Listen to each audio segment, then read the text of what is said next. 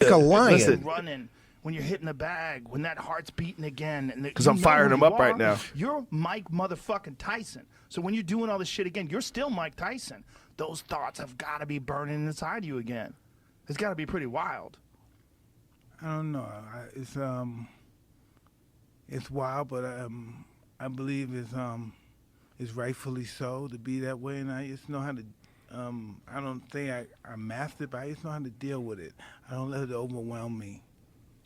No. Well, of course not. It's a strange conversation to have because he was like so focused and so intense. You know, it was almost hard pulling conversation out of him. At any time, did you feel afraid? I'm always afraid when I'm around that guy. Kevin Hart said it best. He goes, "It's like being in a room with a lion." Like even if the lion. Like... Jamie Foxx's old joke is like someone let a pit bull let loose in the room. They don't know whose it is. And Jamie's got to play him in a movie, which has got to be terrifying. Like, don't piss that guy off. I never talk like that. Oh, sorry, sir.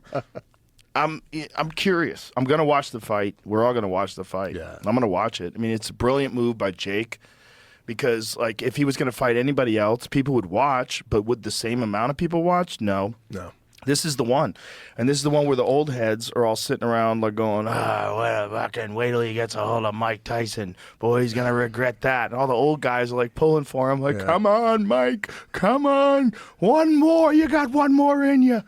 Well, I think we see a different Mike Tyson than we did when he fought Roy Jones, right? I think the Roy Jones fight, they made an agreement not to punch in the head. I'm pretty sure.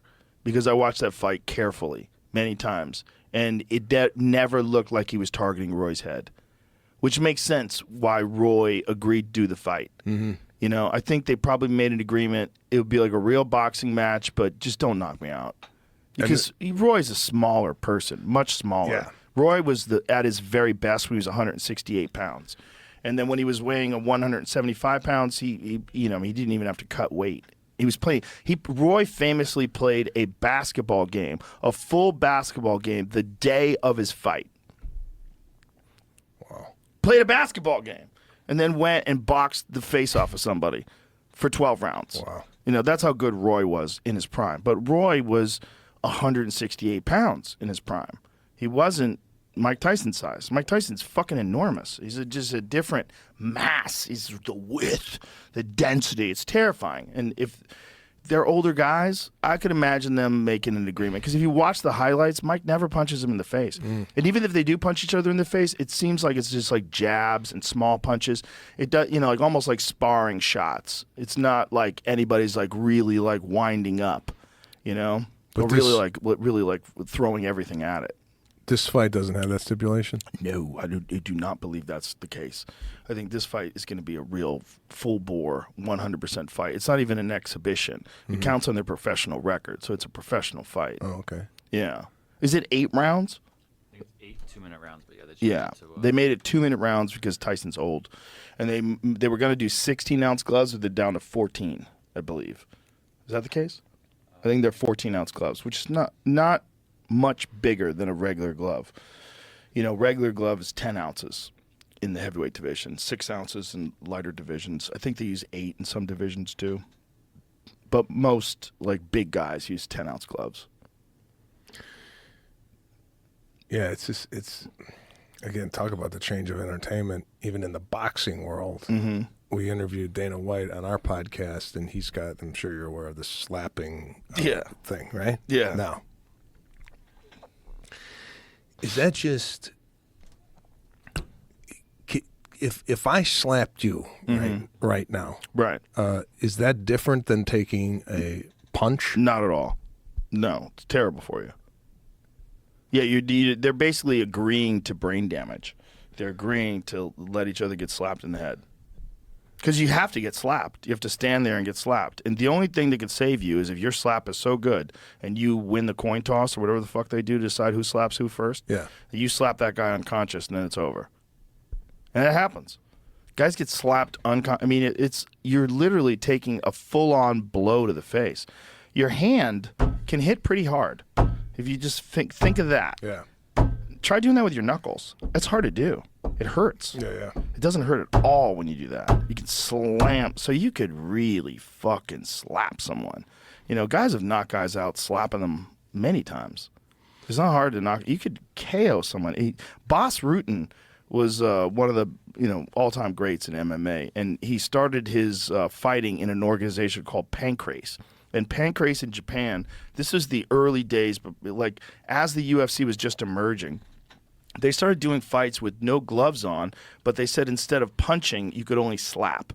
So what Bas Rutten, he's got very flexible wrists, so he would pull his hands way back like this, and he was basically just punching you with the palm of his hands. So he wasn't throwing them like you would think like a bitch slap. Yeah. He was throwing punches with his palms. He was uppercutting guys and knocking them unconscious with his palms. So that is what you're agreeing to when you're standing in front of a guy and you're letting a guy whop you in the head. You're agreeing to getting, you could easily get KO'd, easily get your jaw broken, easily get your eye socket shattered. Are these This is Bas. So look how see how he dropped that guy with that palm strike? With the way he throws it, it's like a punch. Bas was a fucking animal. He was an animal, like terrifying human being. Great guy, but man, in his prime, he was just destroying people. He was one of the first high-level strikers that made his way into mixed martial arts, and he eventually became the UFC heavyweight champion. Was he? What was he? A He's a jiu-jitsu kickboxer from Holland, the motherland of kickboxing. Oh yeah, some of the all-time greats came out of Holland. Yeah, it's for whatever strange reason, it was like it was a background of Kyokushin, and a lot of them got into kickboxing and Muay Thai. And there was a guy named Ramon Dekkers, who's like to this day one of the most legendary Muay Thai fighters of all time. This dude who came out of Holland and went over to Thailand and just fucked everybody up. You ever heard of Ramon Dekkers? No. Show Ramon Dekkers highlight reel. He was like a mini kickboxing Mike Tyson. Yeah. This dude was a monster. Because a lot of the guys that went over to Thailand, they were bigger than the Thais. But Ramon Dekkers was the same size as the Thais, but he was just fucking ferocious. Look at this motherfucker. Bro, he kicked guys so hard that he shattered his ankle so many times that he had to get it fused. Jesus. And his doctor was like, you have to stop fighting or, you're going to lose your foot. And he was like, yeah, whatever. Just fucking bolt this thing down so I can get back at it again. I mean, his highlight reel is just fucking terrifying. It's just him mauling people.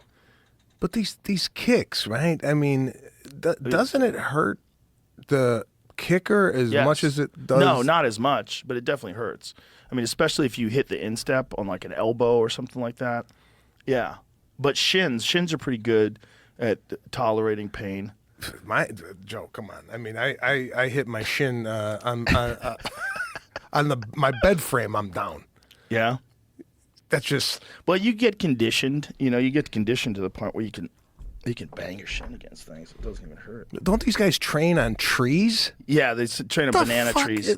Come on, man. In Thailand, they kick banana trees. But banana trees are pretty soft. You can kick a banana tree. And they give out. They give a little bit when you hit them. It's not like a regular tree. I've never seen a banana tree. Have you been around? I've been around a banana tree in Thailand. I kicked one just to see what it was like because I've seen a lot of videos of these guys kicking them. Yeah, it's not the worst thing to kick. It gives a little bit. So there it is. See? Because it gives. Oh, yeah. See how it gives when he's kicking it? It's flexible. Like you could actually train on a banana tree. It's not a bad thing to train on. Let's get that right in half. Yeah, see, it moves. It's really not that much different than a heavy bag. It just looks crazy because you're like, oh my God, he's kicking a tree. Yeah. But there's heavy bag. Like we have a heavy bag out there in the gym that's my friend Kevin Ross gave it to me, and it's filled with sand. And that's just to condition your shins. That one's horrible. That one you kick, it's like, ugh. What are they normally? Usually it's cushioning, like there's foam, and then it depends on what the stuffing is. Sometimes they stuff it with rags and cloth and stuff like that. And the whole idea is it's really packed down tight and it's heavy, so it's like 130, 150 pounds. And it's long, and you could do leg kicks on it. But the sand one is just hard as a rock. It's just thud. And you do that just to condition your shins. That's the one you practice on just to condition yourself.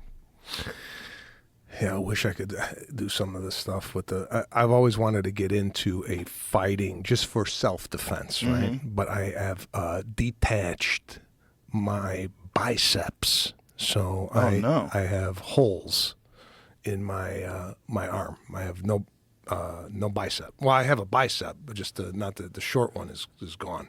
How did it detach? Woke up and no bicep. What? Really? Yeah. Nothing happened? There's no trauma that I could pinpoint that this happened. Now, I have kids. I was putting them in the car. Maybe you it came felt from something? No, I didn't feel nothing. Really? Looking in the mirror one day, and brought my wife over. I go, is there a hole in my arm?